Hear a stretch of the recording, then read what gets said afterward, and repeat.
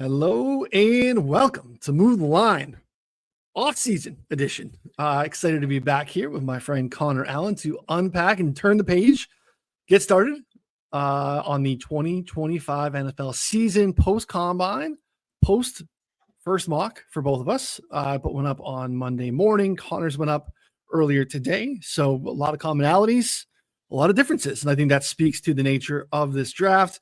Boots on the ground for Connor at the combine. So I'd love to hear some of your thoughts there, buddy. What's going on? Yeah, not much. Yeah, I did no run-ins with Steve Smith this year. Obviously in hindsight. So, good addition. For those who are not aware, I'll keep it quick, but, had a incident where a friend asked me to take a picture, Chris Allen, take a picture of him. And I thought they already asked. So I went up and took a picture, and Steve Smith was not too fond of that. But in hindsight, and again, this makes so much more sense now. Careful here. Careful. What do you mean careful? I'm just saying, like, I know it's out there. I'm just saying, just looking out for my friends. There were, obviously given Steve Smith's current situation surrounding other women, there may or may not have been other women in the picture that was taken.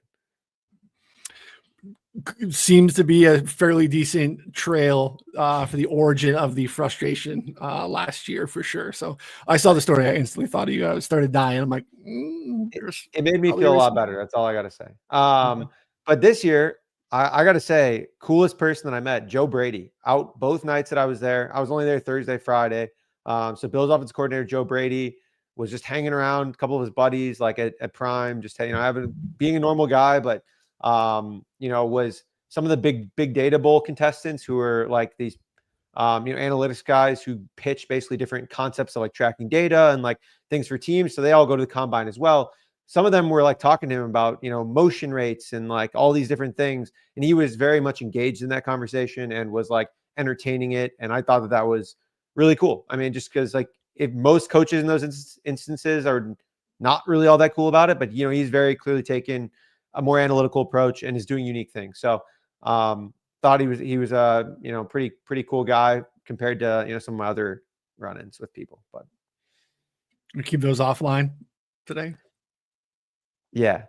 Okay. Yeah. Well, I mean, nothing too bad this combine. I mean, other than that, like my favorite combination of people though that I saw was, so we're sitting at Harry and Izzy's and just like around the bar, we see Chip Kelly, Wink Martindale, Matt Nagy, and Diana Rossini all just having like a drink over over at the bar. And I'm like, that is one of the strangest combinations of people.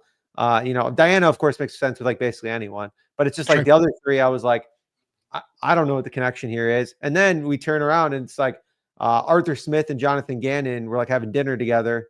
And I'm like, wait a second, like they worked together like I guess 10 years ago at one point, and with the Steelers, I think Gannon was like some assistant at that point. So it's like all trying to piece together. Like I didn't know. I mean, obviously they'll know each other to some extent, but like know each other enough to like have dinner together, like get drinks together when they're obviously competitors, and they're not all sharing the same people with. Trying to figure out who they're talking to and who they're eating dinner with was always funny because those people were unrecognizable. Like, were they agents? Were they, who are these people? So it's kind of a fun game of like seeing who's there and just like, who's who. Love it. No hands were thrown. You didn't have to avoid any hands being thrown. So a win for you this year. I'm clean. I'm clean. It was a good year all around, I would say. It was good. Came on the other side of it. So yeah, fascinating draft. Again, free agency. We're recording here on Thursday afternoon. Free agency 6 days away. A very, very busy time of the year on the NFL calendar. The NFL does a great job of never leaving basically the top fold of all sports information that's going on. We'll have a bunch of pro days coming up, but we both have mocks that have come out here. I'm really fascinated. We were sort of talking offline here before we hit record around just the volatility. Last year was such a different draft, right? We didn't have, it was all offense. It took until Leatu Latu at pick 15 to have our first defender. This is a very impactful defender draft, which I love. We're going to get a bunch of edge rushers and interior disruptors and corners and maybe even a couple of safeties, like stuff that just hasn't been happening in the last handful of drafts. Like you just wouldn't dare draft a safety or a running back in the first round. And, this year it's absolutely loaded. And I'm really, really excited to see how things kind of parse out, because also last year was such a quarterback heavy draft, right? Like we got into a little bit of the silly season and there was some like Drake May slipping stuff, and thank God that was inaccurate. And, we 1, 2, 3 at the top, we had a couple other quarterbacks, Bo Nix, not necessarily in that mix, but definitely we felt like it was a first rounder, regardless of what was going on. I think from like mock 1, we were all kind of like reluctantly on Bo Nix being a first round pick. Michael Penix, the same thing. There just became a drumbeat of that. We really don't have much of that yet, but the quarterback position is so unique to, you don't have that answer. You really don't have answers to really anything that's going on. So a lot of teams have to take that swing. Not really clean prospects at the top. It feels like Cam Ward separating from the pack in terms of the other quarterback prospects in this year's draft. But we have a team with the Tennessee Titans who have the number 1 pick, don't seem locked in, or at least don't want anyone to believe necessarily that they're locked into taking quarterback. Seem like they're very open to trading the pick, which is what you have in your mock draft. So I mentioned that. You didn't want to give me too much. Like, let's talk about it on the show. I love it. So talk to me about what you did at 1 with Cam, and then kind of the uncertainty piece that I was touching on. Yeah. So I think, when we were talking pre-show, you brought up that it felt like there's, 3 to 4 players that are probably going to go in the top, 3 to 4. And that's Abdul Carter, Cam Ward, and then Travis Hunter. Right. And so I kind of went through the exercise of, I feel pretty good that the Giants are going to come away with free agency / the draft with the quarterback. Maybe both potentially on which quarterback they land in free agency. So I have them trading up to get Cam Ward at number 1. We're pretty confident the Titans are not super excited about the quarterback class as it stands today. Now that could change, but like they have a new GM, so he has a leash. Whereas the Giants GM is basically like Joe Shane this is it. Like him and Brian Dable, they either win this year or they are just out. And so I think they are much more desperate. I think they trade up to 1 to get a quarterback, or feel confident enough to sit at 3 and still get a quarterback, or they like are all in on Aaron Rodgers and like are just going to go through that route, which again, there's other ways to do it, but as it stands today, without Aaron Rodgers, without the other ones, I think they take a quarterback. What I was not poking holes at, but like interested with the uncertainty is if Cam Ward and Shedeur Sanders go 1 and 2, again, like I don't, or like 2 and 3, essentially Carter, Ward, Sanders go in the top 3. Are the Patriots for sure going to take Travis Hunter? Yes. Yes. Yes. Okay. So that's my question, because I mean, there's thoughts around like they already have Christian Gonzalez. Is he a primary DB and then a wide receiver? Because I think that's what, from my understanding, most teams view him as primarily DB, like a full-time corner, and then like a package wide receiver. Like obviously no blocking as much as possible as they can avoid that. And then like some plays in the red zone and then third downs and then maybe some other plays, which is great. And he's awesome. And I think if you can use him like that in the Patriots, I think it's like a perfect fit because it adds another weapon on offense and like locks in their defense. I just don't know if they view it like that. So yeah, that was my I think question. they do. So last year, there's talk early out of New England, somewhat different than last year. Obviously, we have Mike Vrabel in tow. We still have Elliott Wolf in terms of like leading the scouting, but Vrabel has kind of the keys. And last year there was a lot of discussion. Well, this year there's a lot of discussion in hindsight around how they approached last year. Last year they felt like they needed to like put together a football team. So they felt like they really were desperate to draft for need. Whereas everything so far coming out of New England is we're going to just go best player available all the way through as much as possible, because they also feel like we have $120 million in cap space. So any holes that are needed to be filled specifically for starting lineups and stuff like that, we can really be aggressive in the free agent market. So we need to use the draft on best player available throughout. Again, not an uncommon narrative, especially, with any organization, best player available. So I also think like you just can't, because it feels like there's a tier after him, right? Maybe you can sell me on in terms of actual, skill players where they are. Like there's maybe, Ashton Jeanty or someone else belongs in that tier. That would be a little bit of a reach for me. It just seems like Hunter would be a really clean prospect if we didn't have this like dual ability, which is like almost held against him because we don't know what he's going to be. And it's like, that's a good thing. And for like a good organization or a good coaching staff to figure out. So I don't think you'd stay away from him because you have Christian Gonzalez. They have so many holes. Of all teams, you need a guy. The Patriots need a guy that can play both ways because they have holes all over the place. So if Travis Hunter can be your 1 or your 2 receiver in 3 years and a clear 1A, 1B to Christian Gonzalez, that feels like a massive win for New England. So I can't envision a scenario where they let Hunter pass. I think they'd probably prefer Carter. But I think it's very clear that they're desperate for 2 quarterbacks to go ahead of them.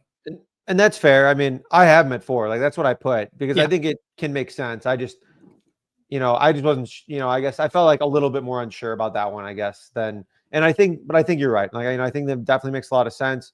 I think, yes. So that's some combination of that 4 hypothetically makes sense. Probably could the Raiders get involved and move up to 1? Could the Jets get involved and move up to 1? Those are the other rumors. And that would throw a wrench in certainly what the Giants are doing. I think a mock came out today from Charles Davis saying that Jackson Dart was going 3 after 1 Cam Ward, 2 Shedeur Sanders. I didn't have him in my first round. I don't think you did either on the Jackson Dart stuff. I am curious. So number 2 pick, I have Shedeur Sanders. I don't know what you had. I think you had them passing on a quarterback, right? I am taking Cam Ward because I had Abdul Carter going 1 to the Titans. So I like the way you did it because I do think there's a chance in New York, and I think the markets will tell us that now too. The Giants, for all the reasonings you said, are the most live probability to trade up for all the reasons that you stated. So, but it also sounds like, and we've seen, Schefter talk about this too. It seems like the Browns are prioritizing a quarterback. What could happen here in the free agency seems really tough. Like it's that 8 days for Sam Darnold where he just himself imploded was like, I don't even know where he lands, which I think is another interesting thing here. So can the Browns go into the season with some form of I don't know, Daniel Jones and Drew Lock battling it out?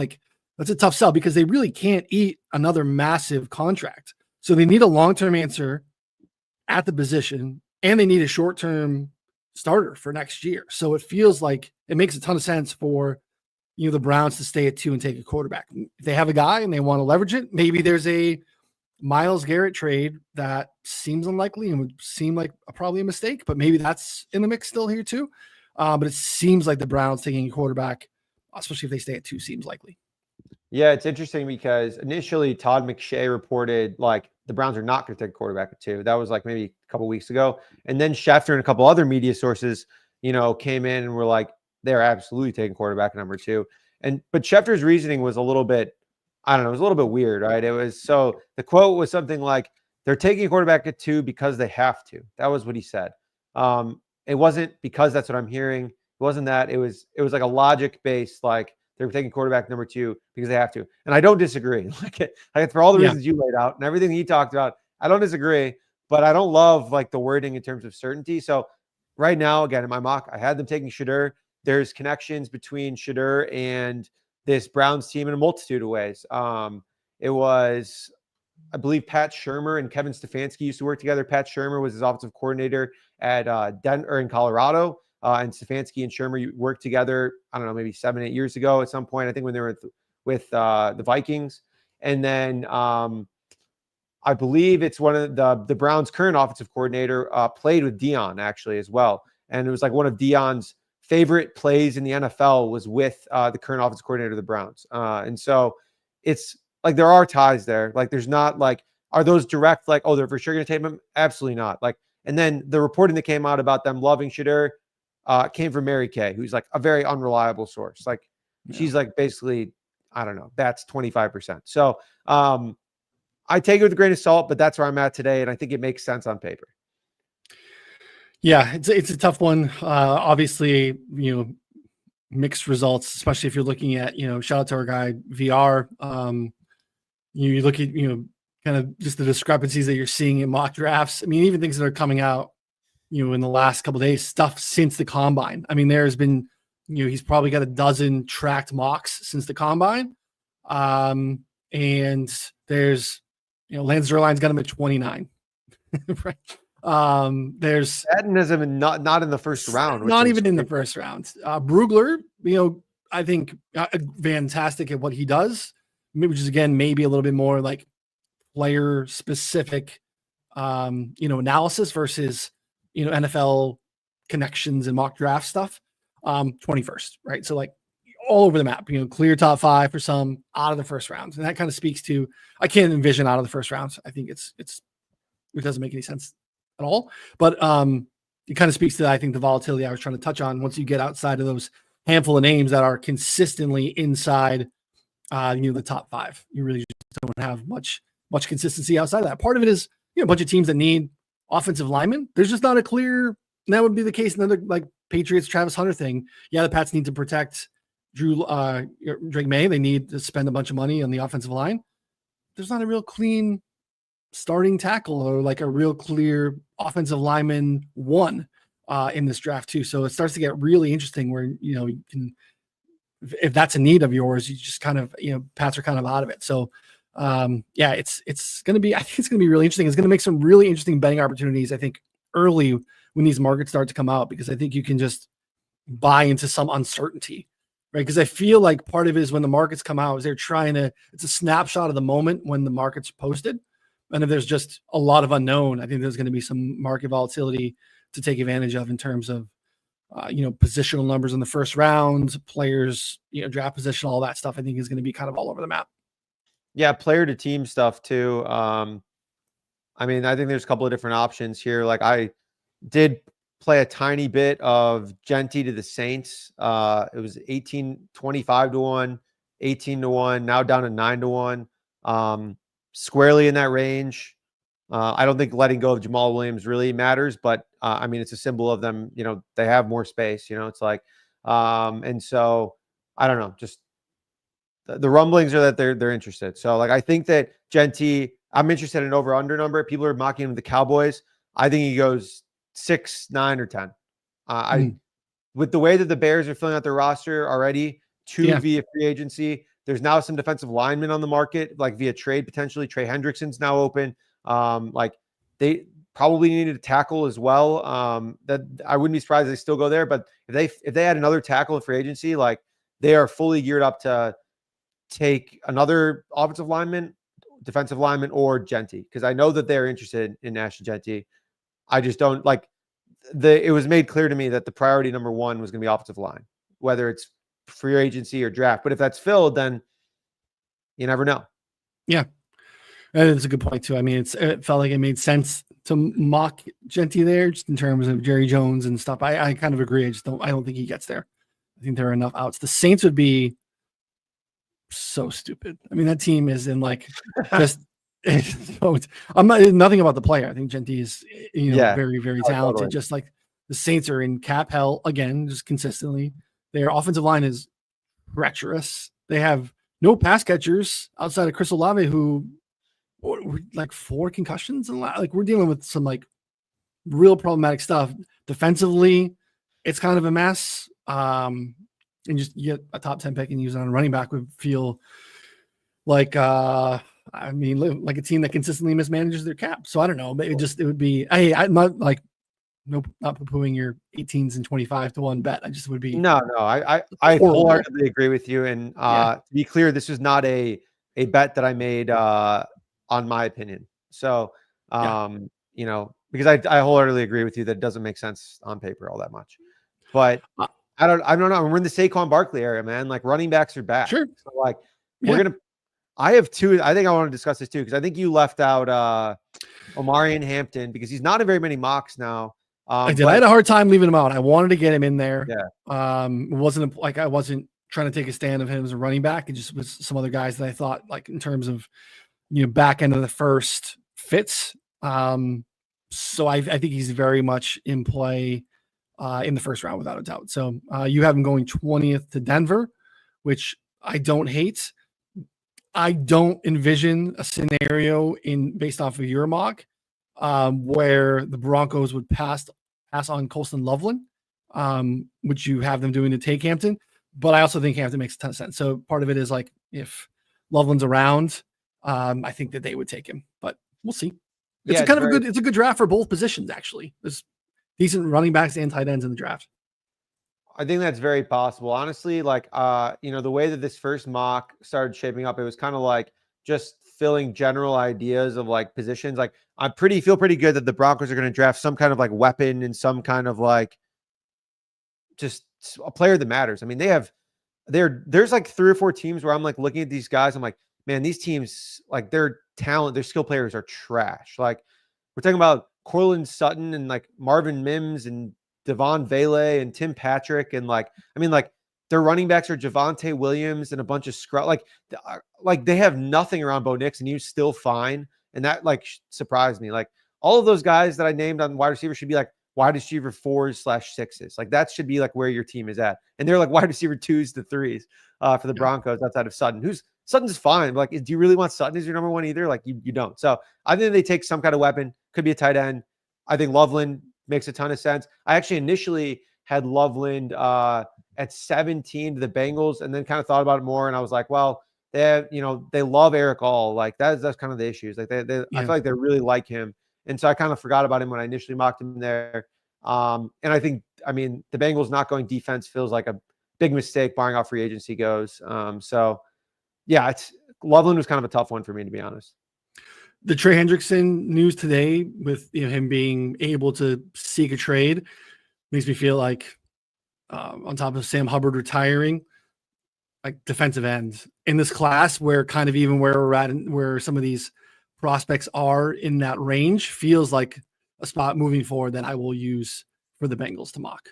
Sounds like, edge rusher would be a spot. Hampton it's an interesting class. Part of it, I think, is going to come down to how these organizations look at that second tier of tight ends and running back. Because then you can feel like, hey, what can I skip down the first and still have a pick of 1 or 2 guys in the second round?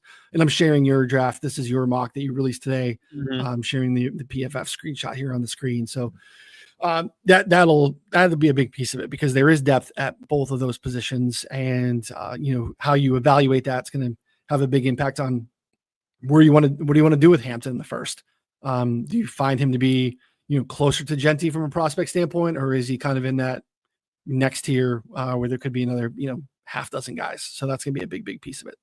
Yeah, this is a great draft for running back depth. I think if anyone, I don't know, betting or any fantasy stuff, like you should not be taking any incumbent running backs that are like fringe guys, because this running back class is awesome. And Jeanty and Hampton are just the tip of the iceberg. There's like 3 other guys. Both the Ohio State running backs I think are great. Like there's a bunch of other guys that I think will be like starters at some point in the season in 2025. And not a great running back free agent class. Yeah, no, I totally agree. I do want to give a quick shout out here. Barry Sorrell chimed in. What's your guys' take on Baron Sorrell, edge rusher from Texas? So I'm 95% sure this is dad commenting. So shout out for chiming in for your son. I don't know a ton about him. It looks like he's like a mid-round guy from what I'm seeing. Noon, I don't know if you dive in too much of the defensive like mid-round guys at all, do you? I haven't yet, but I will. Okay. So circle back, Barry. We'll have a better answer for you in maybe a couple of shows. This is kind of the start of our process, maybe the middle to end of most draft, like hardcore draft Knicks process. But appreciate you tuning in. Especially an edge rusher as we get into like the next, we're a couple months out from the draft at this point, or a month and a half, I guess. I do so much work, obviously, in the defensive space and IDP space. I'll get to a Baron Sorrell for sure. So we haven't got there yet. It's kind of just hanging around in the first round or two and kind of these fringe top 50 prospects. So I'll see what his RAS was, see what what we're testing at. You get any of that? I think I don't have too much of that. Basically, Zero Line was saying that he's probably like more mostly a mid-round guy, but consistent, good technique. 3-4 outside linebacker due to length or lack of length. So 4.68 40-yard dash is not stellar, but at 6'3", 256, it's not bad. He's he's thick. So edge rusher, you want that first 10, 15, Yeah. I need you running 40 yards. I thought I was early on Armand Membu, putting it 10 to the Bears. Oh yeah. And the combine continued to help out that young man. A lot of versatility, and I think we see that in a lot of these offensive lineman prospects. and it, I think, creates some uncertainty. I think teams like it, but it's like, hey, depending on the team, okay, we're getting in a spot where like, oh, this team they need interior help. It's like, well, this guy can kick in the inside, right? Whereas it's just less, these guys are less clean, right? Like a Will Campbell or a Calvin Banks, and and again, Membu is another great example. Like Tyler Booker's a guard, but some of these other guys who very much could be, depending on where they go, they could play guard and then in a couple of years maybe kick out to a tackle position. So like it creates versatility for them with the team that they go to, but also from what we're trying to do here, it creates a little bit more uncertainty in terms of team need and fit, right? Like the Bears are a great example. They needed interior offensive line help, not tackles, right? And you got them taking Calvin Banks. Like they would need Banks to play guard, which is fine. He can do it. And maybe he's not a tackle, but it's just for over, like it's less clean than normal for us. Totally. And yeah, like Will Campbell's, like his arms are like a half an inch short of like a normal standard threshold, if I'm pretty sure, of like a normal tackle. So like, what do teams view him as? It's almost like it's less extreme than Peter Skoronski, but it's like some teams might view him as a tackle, some teams might view him as a guard. What do they need? What are the other? So like, those are things that I would imagine those like 3-4 guys that I have will probably shuffle around. Also, Josh Simmons. I mean, Josh Simmons is supposed to be like a top 5-6 pick, and then had torn patellar tendon or something like that, like a really bad injury late in the season. But if you are willing to kind of sit on that and take a risk on the injury, like I think the upside is there for him to be the best one in the class. So I don't know how it shakes out. We saw JC Latham like shoot up boards last year and then get picked 7th overall. And he was like, I think in our first mocks, like, I don't even know if I'm in the first round. Maybe it was like late first round in my first mock. So, yeah. So things we have in common. We both have Mason Graham, 7 to the Jets, Jalen Walker, 8 to the Panthers. We flip-flopped what we did at corner, but we both have the Niners taking a cornerback at 11. I went with Barron from Texas, and you went with Will Johnson. I think that you're going to have a lot of teams split on those guys. So, like, not a clear way to go about it. We both have Tyler Warren going to the Colts there as well. So, it's definitely some things that I think we have of interest. Shedeur Stewart, 16 to the Cardinals, definitely one of the combine winners. I had him going to 23 with the Packers, who historically have been definitely Raz guys, right? Like they are drafting, these athletic thresholds that they need guys to hit. At the time, pre-combine, Stewart was kind of hovering around that spot, maybe late first, and then obviously blew the doors off of that too. So he went out and crushed and made himself some money for sure. So like that we have some commonality. Stewart is interesting. I was doing my write-up on him. I don't know how much you dove into his stuff, but yeah, dude, a lot. 9.9 RAS, 4.5 sacks, 13% pressure rate, like amazing intangible or amazing tools, like just no production. Like he's profiling as like a 3rd round pick, 4th round pick in terms of pressure rate historically and sack rate. So I would get some teams that like view him as like literally a late second round pick, and other teams are going to be like, oh, like this guy could be.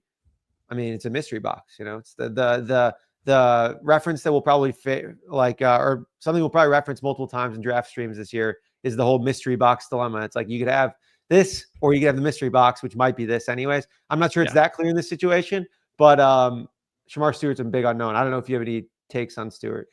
Yeah, I mean, that's it. Just completely unproductive. One, which I always jokingly refer to it as the shorts and t-shirt Olympics. Like he won the shorts and t-shirt Olympics. And I get it. It is one of those spots though. And the argument in drafting a guy like that this high is that organizations at times can be, and I get it. Hey, look, let's get him into my building, and then I'm going to be able to coach him up, because especially like a defensive end and an edge rusher, there are certain spots in the football field where you typically are one-on-one more frequently than others, right? Your actual role and in productivity is less reliant on the other players on your team. Edge rusher is one of those. For the most part, you're going to occasionally deal with some double teams, but in terms of your athleticism, your ability to beat the man in front of you, edge is kind of one of those spots. So same thing with offensive tackle on the inverse side, right? That's why you sometimes see teams draft traits, size, arm length, all those things, because they tend to work and operate more solo compartmentalized, and that's why they need to go ahead and be problems athletically, right? You can get these just absolute small armed guys to go out and just produce a ton in college, but what do you do when you get to the next level when everyone's bigger and faster than you? It gets a little bit harder. So it's definitely interesting. I mean, I would hate to have to be an NFL front office tasked with making this decision, and you have to land the plane in the first round, right? It's really hard to keep your job as a front office, an executive.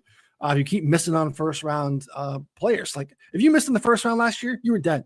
There are so many good football players that came out of last year's first round, and if you missed, you were dead. So that gets really, really complicated. So taking a guy with almost zero production is really, really tricky. So, and someone will, and it will take him inside the top 20, I imagine, at this point. So I don't think he lasts for the Packers in their athletic threshold, even though it's a spot they need. And you have them taking Mike Green, someone who I don't know that he meets their thresholds. I have to go back and look at it. They definitely need edge. So he landed on the same position there too, but that's definitely a team that's just like, you have to be like a 9 RAS to be first round. Yeah, I think Mike Green is interesting too because he's like an upside guy. I don't think he did all the like most of the combine stuff. And there's some off the field things there too. I'm pretty sure. So yeah, it's kind of interesting. I think worth talking about. He was accused of sexual assault in high school once and twice at Virginia, and then transferred to Marshall. I'm generally of the opinion where there's smoke, there's fire at multiple different occasions, and that's 3 accusations. That's 3 accusations. Yes. 1 in high school and then 2 at UVA.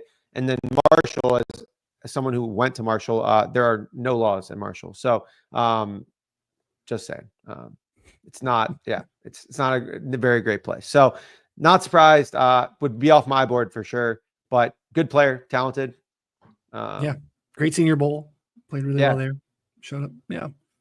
One of the things that I think is really interesting in your mock is Tetairoa McMillan, 26. Oh yeah.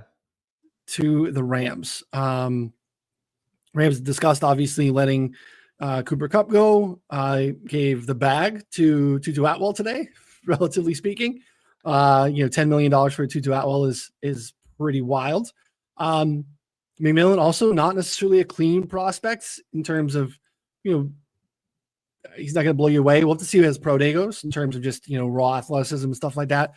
26 is pretty deep. Let's look at the sheet even. I think you might be. Yeah, that might be last, honestly. Yeah. There are some earlier there. So your guys, Staten from Seattle, also has him at 26. Again, this gentleman did not have Shedeur Sanders in the first round, so I'm not sure you want to, hitch your wagon there, Connor. There are a couple other, 20s in that range too. But then again, you have all the way to like, Sycamore PFF has him going 4th. I had him 5th, going to Jacksonville, ahead of thinking that Christian Kirk would get released, which happened yesterday. Same thing I think might happen with Evan Ingram, or maybe they do some restructuring there. But again, it's kind of bleak outside of Brian Thomas Jr. there. Look, the Jags have so many needs. You can tell me the Jags are going to go, defensive line, edge rusher.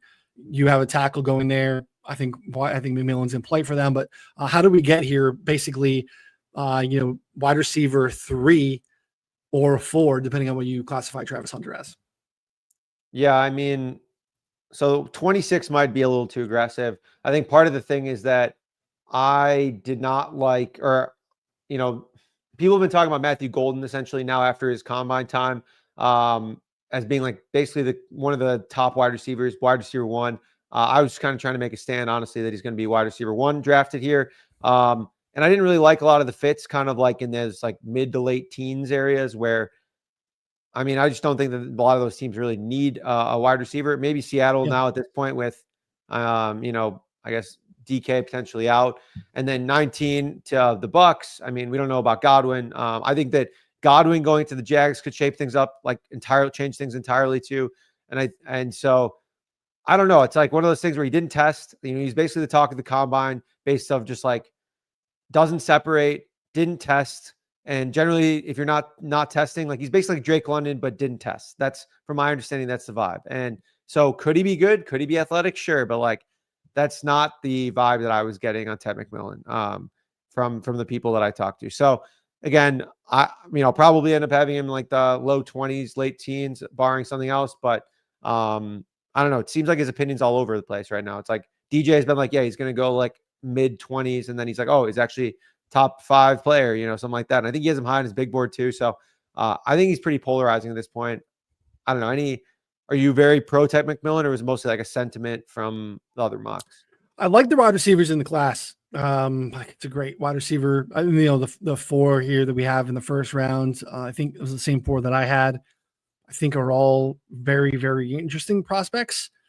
I could see him in a scenario going as high as 4 to New England, to be honest. We'll have to see what they need something like that. They need a big bodied wide receiver 1, right? The Mike Evans comps are interesting.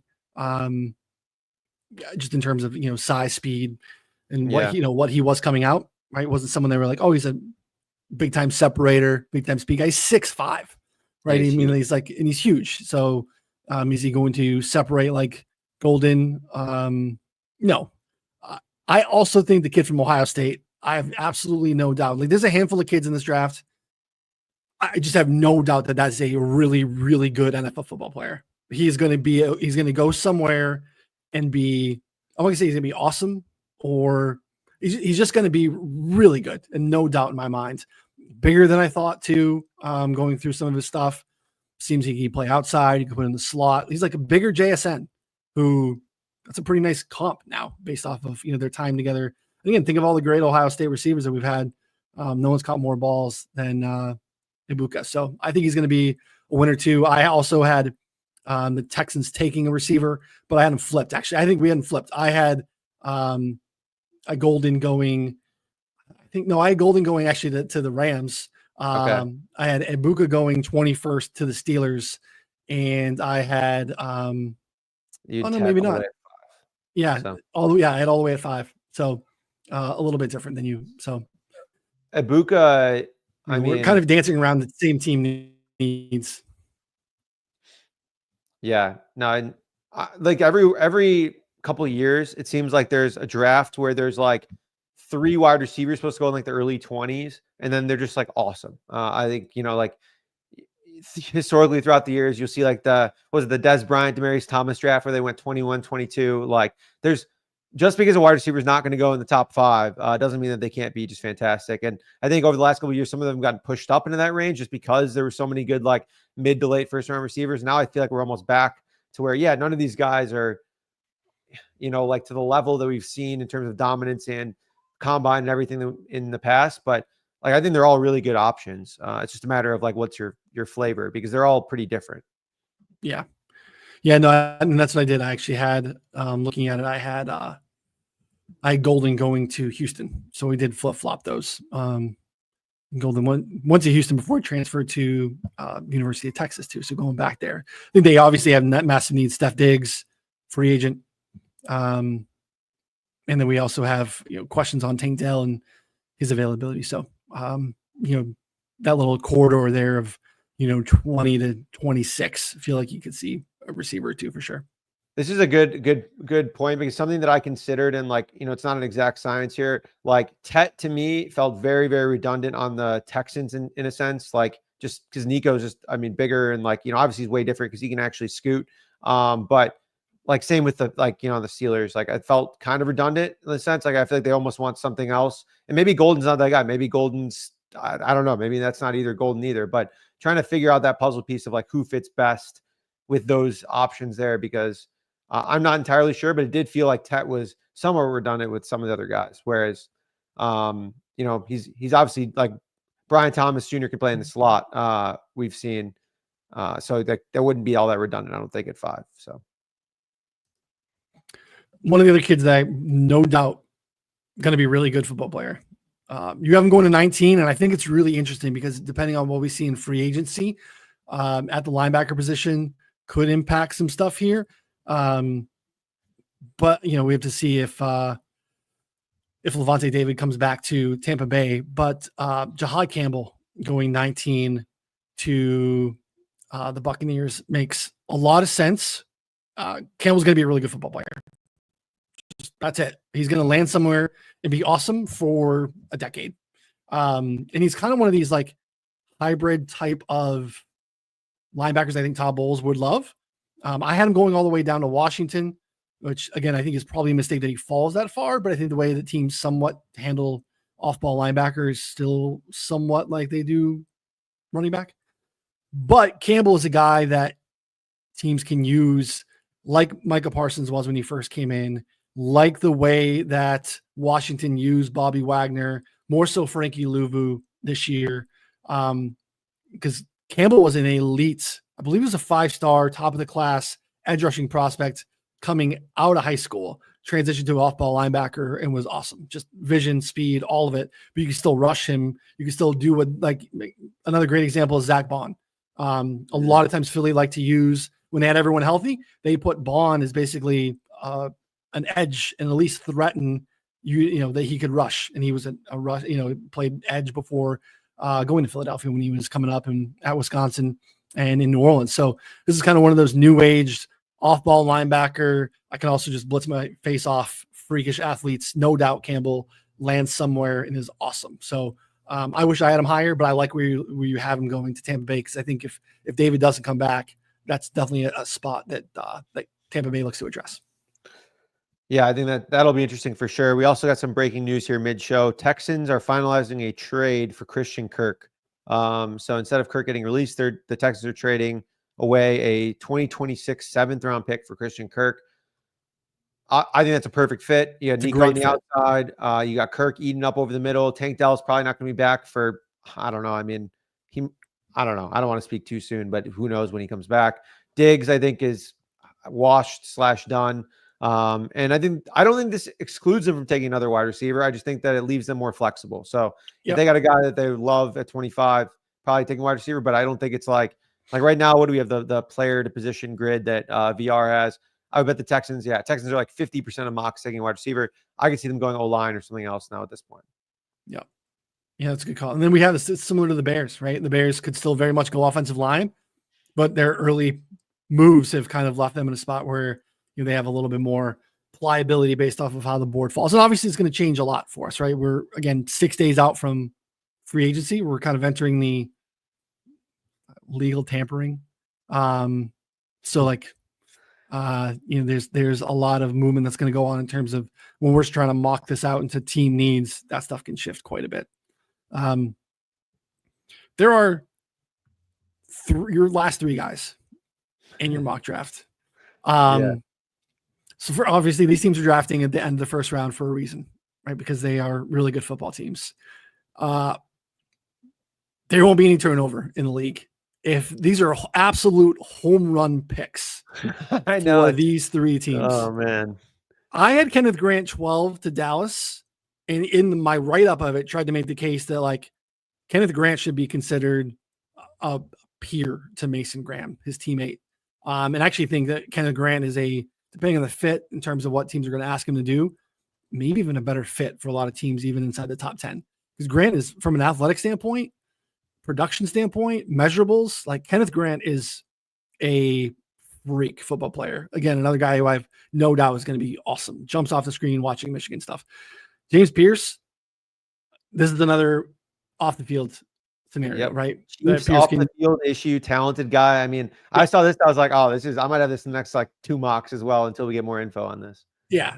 So I get it. And then Derek Harmon, I think I have him going 22nd to the Chargers, and he went out and blew up the combine too. And another like absolute insane size, speed freak for his build would absolutely be demoralizing for the league for a Derek Harmon 32 to Philadelphia, who just can, you know, backfills a Milton Williams who walks in free agency with a Derek Harmon, you know, and gives them a Jalen Carter, Derek Harmon interior, you know, rotating in Jordan Davis and whatever else they want to do there.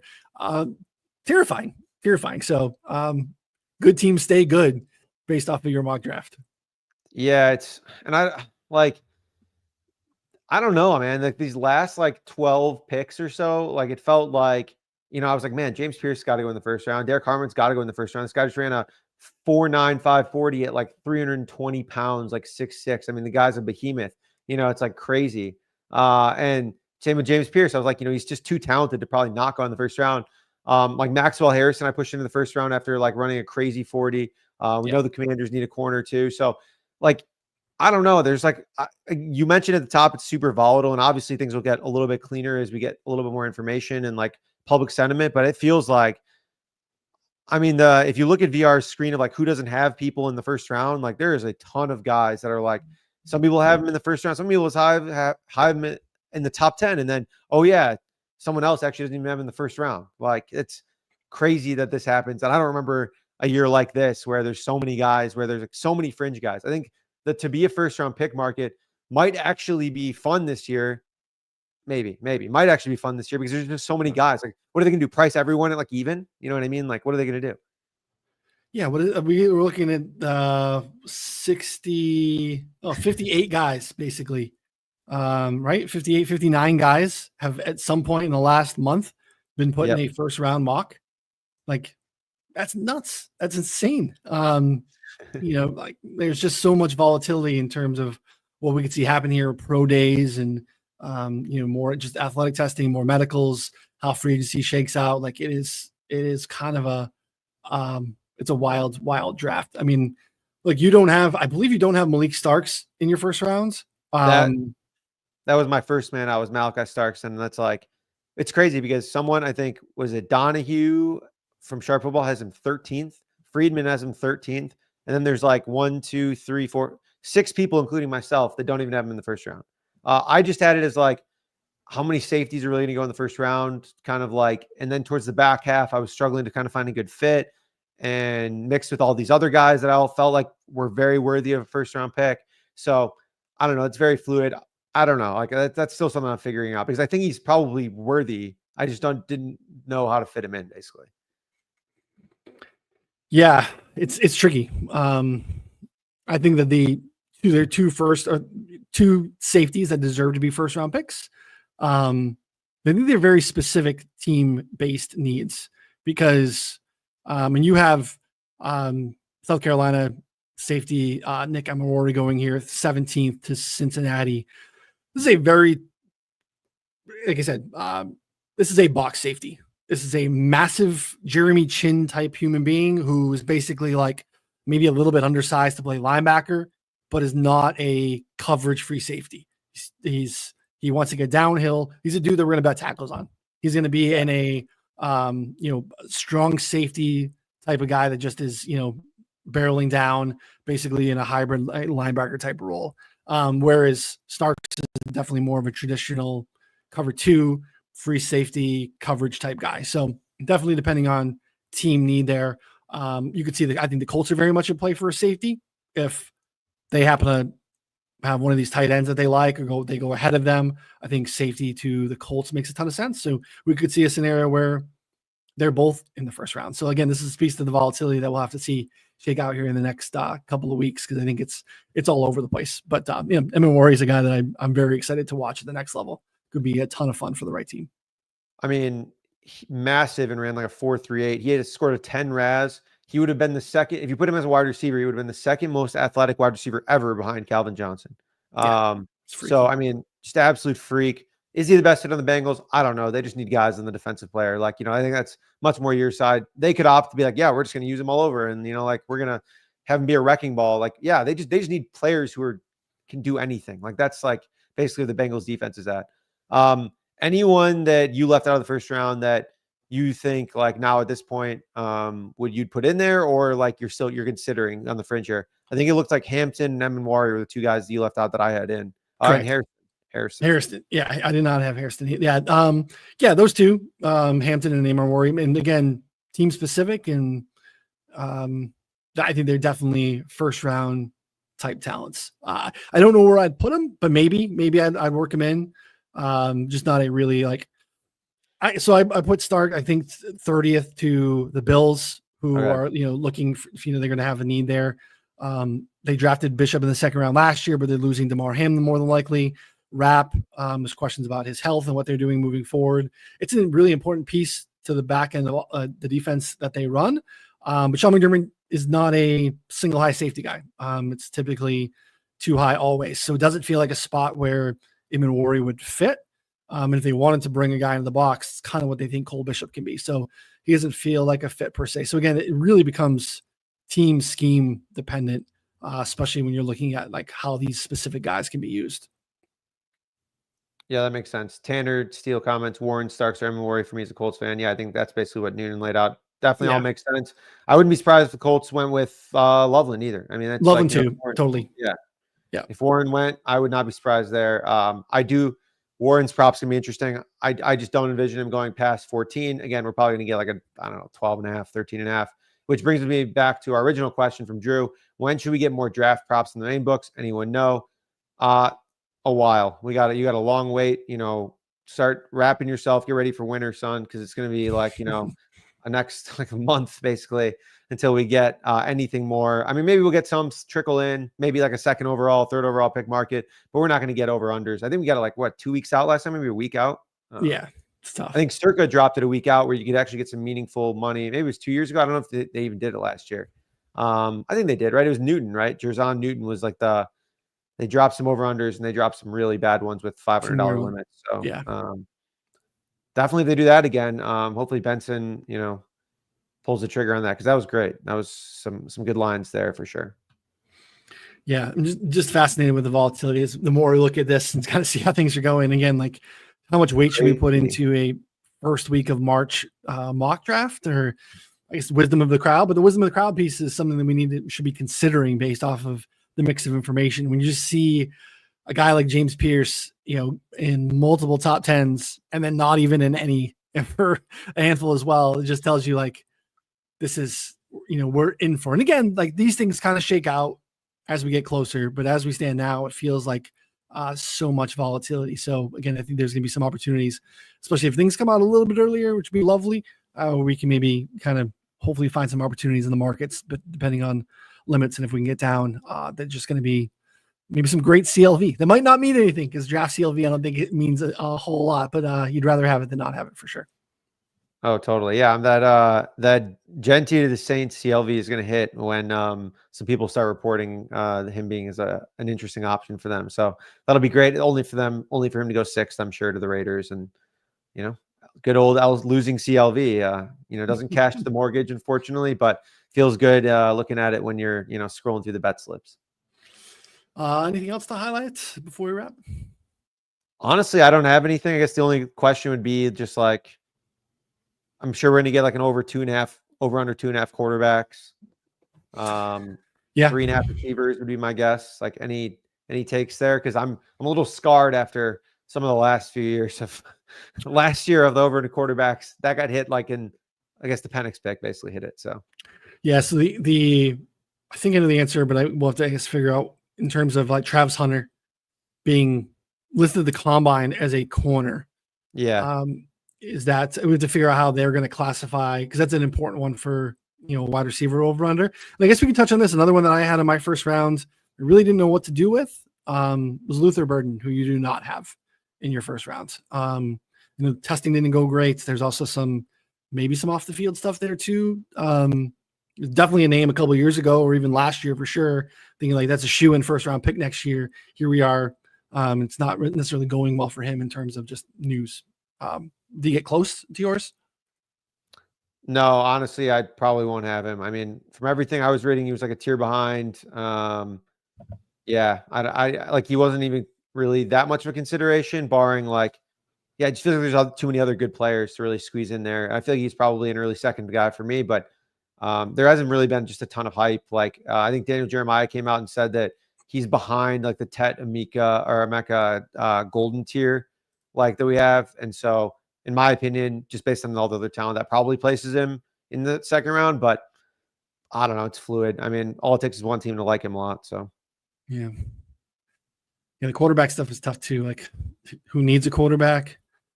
What do the Raiders do a quarterback? The Raiders, Sam Darnold thing I touched on earlier. Like, I don't know I don't know where he goes. No idea. I don't know who the Raiders are starting at quarterback. I'm sure they would love to be able to position themselves to, get Sanders or do something in this draft too. I kind of agree. I have Jeanty there as well. I think they need, part of the case that I had is like they need an identity. And even if they just have like nothing and just kind of piece it together next year, at least you start to have an identity with, Jeanty and maybe some other stuff that you can do in the off season, decent offensive line and stuff like that. So, yeah, I mean, the quarterbacks, what happens in the free agency with the limited number of options that there are in terms of starting jobs, and, starting caliber free agents at the position becomes really interesting because, again, we have it every year. It sounds like Dart's going to be the guy this year. That's like no one would have believed it. But then you get to the point where you're like, well, no, there's, again, Bo Nix and Penix last year, right? We're just like, everyone's leaving them out of any mock. And then it starts to be like, no, these dudes are both going top 12. It's like, just shifts. It's such a unique position. Yeah, no, it's crazy. TBD on Dart, not gonna have him for now, but I mean, maybe. There's also like that top of the second, pick where if the Giants or the Titans do get like a veteran, or the Raiders get a veteran, like they have another chance at like getting one of those second round guys to maybe be, maybe Tyler Shug or Milrow or like, Jackson Dart, something like that. They have an opportunity to maybe find their future that way instead. And then last night on Jeanty, Charlie Campbell, who's I think gotten like every Raiders pick right for the last like 10 years, basically, it seems like, or at least directionally correct, reported that there was a lot of mutual interest and that the Raiders are very interested in Jeanty. So Raiders are going to Raider. Brady's basically running the show now. So who knows? He also mentored Shedeur Sanders, by the way. I think could mean something. I think if Shedeur's there, that they pick Shedeur, to be fair. I think that was kind of my take on it, but I don't know. I think so too. I think they take a shot if he's there for sure. Training up to get him, we'll see. But yeah, look, the GOAT doesn't miss. He's involved. It's a good thing for the Raiders, So, we'll are you all in on the Raiders now after Tom Brady's involved now? If we were still rolling out, Jacoby Brissett or what else is going on, but the Drake May era, Mike Vrabel, $120 million in cap space. Pretty excited, Connor. Like, getting my fandom back a little bit. So, love it. Tommy's still here. I got Tommy and Rob right here over my shoulder. Randy's right over here too. Can't take away those good years. Can't take away the good years. But I do, Bo Jackson right here. So I can get on the Raiders. There you go. You're already locked in. That's awesome. I mean, Raiders might have more win than the Jets. I don't know if you've looked at the Jets yet, but I mean, it's just going to be a miserable fucking team next year. Could be miserable. Yeah, it's not pretty. And they can't even really bring Sam Darnold back. This feels like a spot where they actually could be a spot, but they can't. Right? I mean, you almost can't. So no shot. If I was Sam, I would just say no. They could offer me $40 million. I'd be like, no. This is not happening. Can't do it. So. All right. Appreciate everyone hanging out with us. We will obviously continue to do this up until we get to the draft. Not next week. Maybe Connor comes on next week with Scott or something. I'm going to be golfing. I'm out of here, but I cannot wait. I'll be trying to stay plugged in the news as much as possible.